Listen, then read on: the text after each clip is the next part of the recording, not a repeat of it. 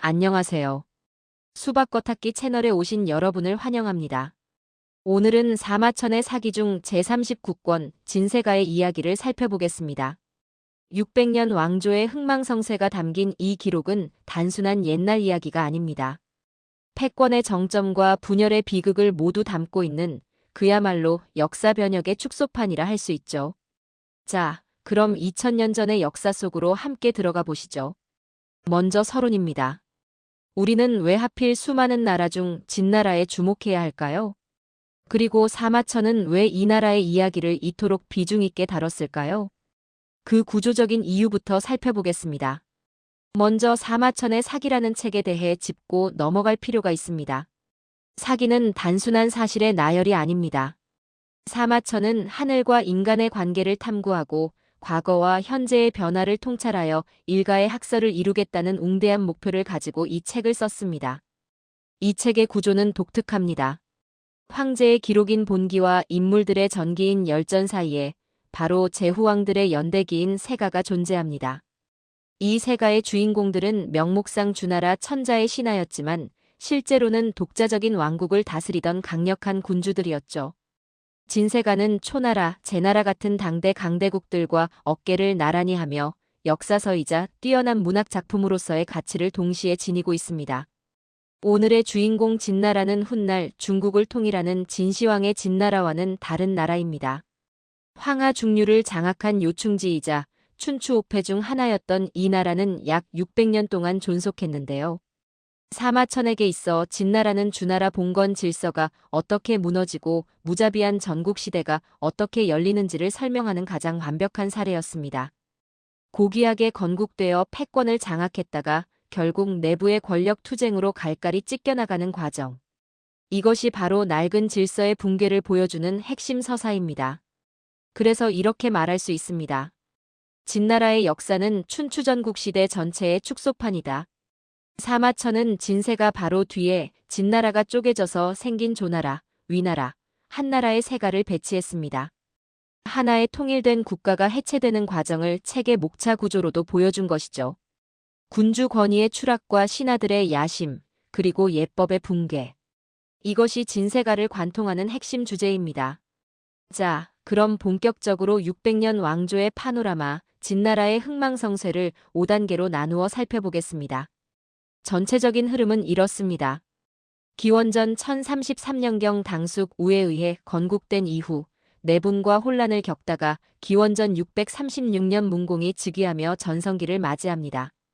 하지만 이후 군주권이 약화되고 결국 기원전 453년 나라가 세 가문에 의해 쪼개지는 삼가분진 사태를 맞으며 사실상 멸망하게 되죠. 이 흐름을 머릿속에 넣고 각 시기를 자세히 들여다보겠습니다. 진나라의 시작은 동엽봉제라는 유명한 고사로 출발합니다. 어린 주 성왕이 동생 수구에게 오동나무 잎을 주며 장난으로 너를 제후로 봉하겠다고 했는데 사관이 천자의 말에는 농담이 없다고 하여 실제로 봉토를 주었다는 이야기입니다. 이는 군주의 말 한마디가 얼마나 무거운지를 보여줍니다. 하지만 시작과 달리 초기는 피비린내 나는 내분의 연속이었습니다. 특히 반개 세력인 고국의 무공이 본가를 무너뜨리고 군주 자리를 찬탈하는 데 성공하는데요. 이는 힘있는 신하가 군주를 대체할 수 있다는 아주 나쁜 선례를 남기게 됩니다. 훗날 나라가 망하는 씨앗이 이미 이때 뿌려진 셈이죠. 시간이 흘러 헌공시대에 이르러 진나라는 국력을 키웠지만 내부는 썩어가고 있었습니다. 바로 여희의 난 때문입니다. 헌공은 이민족 출신의 미녀 여희에게 빠져 판단력을 상실합니다. 여희는 자신의 아들을 태자로 만들기 위해 헌공의 유능한 아들들을 제거할 계략을 꾸밉니다. 태자 신생에게 아버지에게 바친 제사고기에 독을 탔다는 누명을 씌워 자결하게 만들고 나머지 공자들마저 음모에 빠뜨려 쫓아냅니다. 이 사건은 적장자 계승 원칙을 무너뜨리고 국력을 소모시켰지만 역설적으로 훗날의 영웅 문공을 단련시키는 계기가 되기도 합니다. 여희의 난으로 쫓겨난 공자 중이 그가 바로 훗날의 진문공입니다. 그의 19년 망명 생활은 그 자체로 한 편의 영화입니다. 굶주림에 지쳐 신하의 허벅지 살을 먹기도 하고 남의 나라 군주에게 모욕을 당하기도 했지만 그는 포기하지 않았습니다. 62세의 나이로 고국에 돌아와 즉위한 그는 망명 시절 얻은 지혜와 인재들을 바탕으로 나라를 개혁합니다. 특히 군사력을 3군 체제로 재편하고 주나라 천자를 위기에서 구하며 명실상부한 패자가 되었습니다. 하지만 아이러니하게도 그가 나라를 강하게 만들기 위해 도입한 이 효율적인 군사 시스템은 훗날 귀족 가문들이 성장하여 나라를 집어삼키는 도구가 되고 맙니다. 문공이 죽은 후 진나라의 권력은 급속히 신하들에게 넘어갑니다. 군주들은 무능하거나 사치스러웠고 실질적인 힘은 육경이라 불리는 6 귀족 가문이 장악했습니다. 지씨, 조씨, 위씨, 한씨, 범씨, 중행씨. 이들은 군주를 허수아비로 만들고 자기들끼리 연합하고 배신하며 사실상 나라를 분할 통치했습니다. 마치 배틀로얄처럼 가문 간의 생존 경쟁이 벌어진 것입니다. 그리고 마침내 기원전 453년 결정적인 사건이 터집니다. 가장 강력했던 지씨 가문이 조씨를 멸망시키려다 조, 위, 한 세 가문의 연합 공격을 받고 오히려 멸족당한 것입니다. 지백의 2개 골이 술잔으로 만들어질 정도로 처참한 최후였습니다. 승리한 조, 위, 한 세 가문은 진나라 땅을 셋으로 나누어 가졌고 힘없는 주나라 천자는 이를 승인할 수밖에 없었습니다. 이 삼가분진 사건은 봉건 질서의 완전한 붕괴이자 힘이 곧 정의가 되는 전국시대의 개막을 알리는 신호탄이었습니다. 진세가는 단순히 역사적 사실만 남긴 것이 아닙니다. 우리가 지금도 쓰는 수많은 고사성어가 바로 이 치열한 역사 속에서 탄생했습니다. 퇴피삼사, 순망치한, 대공무사, 조씨고아. 이 말들은 모두 진나라의 역사적 순간들에서 유래했습니다. 하나씩 그 깊은 뜻을 살펴보겠습니다. 먼저 퇴피삼사입니다. 문공이 망명 시절 초나라 성왕에게 신세를 졌을 때 훗날 전쟁터에서 만나면 군대를 90리, 즉 3사만큼 물리겠다고 약속했습니다. 성복 전투에서 실제로 적을 만났을 때 그는 이 약속을 지켜 군대를 후퇴시킵니다. 이는 비겁함이 아니라 신의를 지키는 여유이자 적을 유인하여 승리하는 고도의 전략이었습니다. 진정한 리더십은 무력이 아닌 신뢰에서 나온다는 것을 보여주는 일화죠. 다음은 순망치한입니다. 진 헌공이 괭나라를 치기 위해 우나라에게 길을 빌려달라고 했을 때 우나라 신하 궁지기가 한 말이죠. 입술이 없으면 이가 시리다.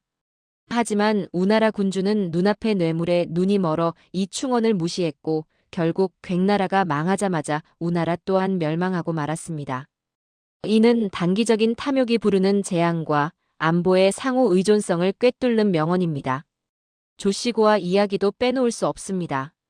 간신 도안꼬에 의해 조씨 가문이 멸족당했을 때 가신 정영과 공손저구는 목숨을 걸고 마지막 핏줄을 지켜냅니다.